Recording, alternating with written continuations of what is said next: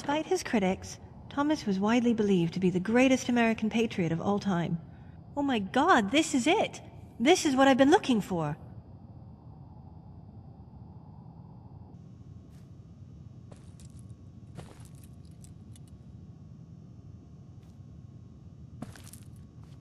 Excuse me. Button Gwyneth, who are you? Why don't you tell me who you are first? I'm just here looking for a person. A very, very important person. And I found him. That's when you came in and scared me. I'm just exploring. Looking for salvage. Salvage? Here?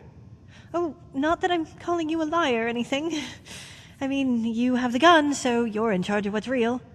But there are some really important things in here. Historical things.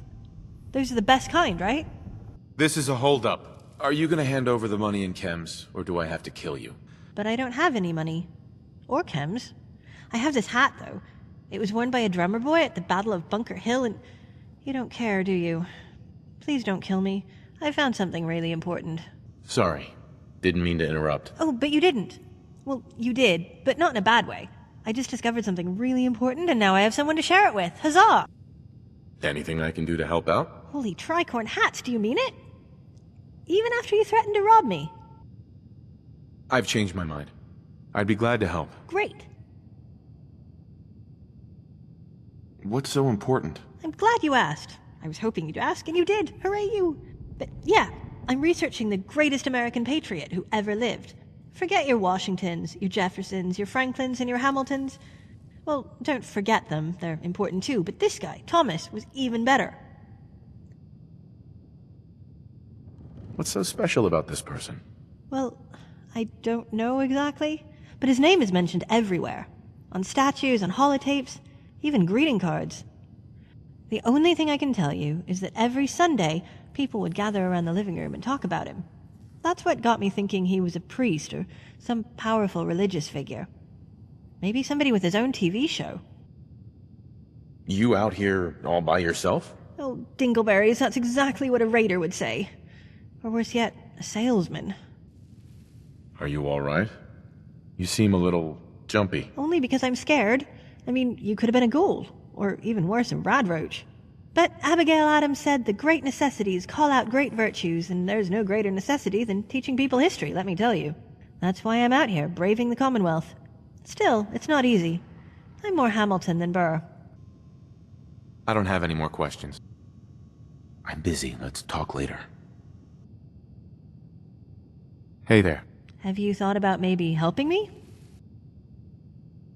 Actually, I'm kind of busy at the moment. That's too bad.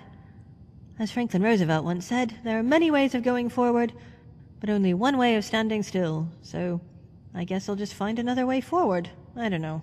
If I help you, I expect part of the payment up front. Well, I normally don't pay up front. It's like taxation without representation. But, as Patrick Henry once said, I know no way of judging the future but by the past. So if I give you 100 caps now, maybe you'll see that as a promise for the future? I don't know, I just love quoting Patrick Henry. I'd be glad to help. Great. No promises, but I'll see what I can do. I'll take it. So according to this receipt, there's more where this document came from. It was bought from a caravan that was spotted around the city selling Patriot memorabilia. Problem is, I don't have the Roosevelts to go there myself.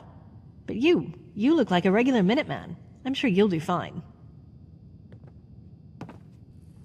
Hey there. Make sure to leave no stone unturned. Unless it's a historically important stone, then do your best to observe it from a safe distance. Have you ever seen that statue near Cutler Bend? I think it was one of Thomas. Well, it used to be, before they replaced his head with a hand. I don't know who's restoring that thing, but whoever it is needs to learn a thing or two about historical accuracy. Hey. I was named after the great Massachusetts nurse, Clarissa Harlow Barton. Friends called her Clara for short.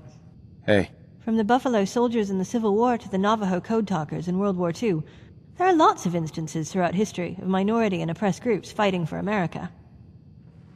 During the Civil War, Mary Bickerdike spent her entire life caring for wounded soldiers. If I apply just half that willpower to studying history, I'll have done my job. Hi. Have you checked out that site yet? Did you know the nation used to be divided into 50 states? It wasn't until 1969 that we reorganized into 13 Commonwealths. The pirate Blackbeard once held up an entire port, not for gold or treasure, but medicine. His entire crew had syphilis. Hi. You ever hear of James Armistead? He was a slave turned spy, and another forgotten patriot of the Revolutionary War. In 1787, he finally got his freedom and took on the name Lafayette. That's after Marquis de Lafayette, whom he served under, and the man who granted his freedom. Did you know that Alexander Hamilton had an affair with a married woman and gave her money because he felt sorry for her? True story. Then the husband found out and tried to blackmail him for giving his wife money. Crazy stuff. We're probably the only people who realize this is a historical site, and not just your friendly neighborhood bookstore. Just curious what you're thinking. This is like a good place to sit down, read a book, and pull the bullets out of our legs. Hey. Something about this bookstore seems ancient. They should just put all their stuff on the terminal instead.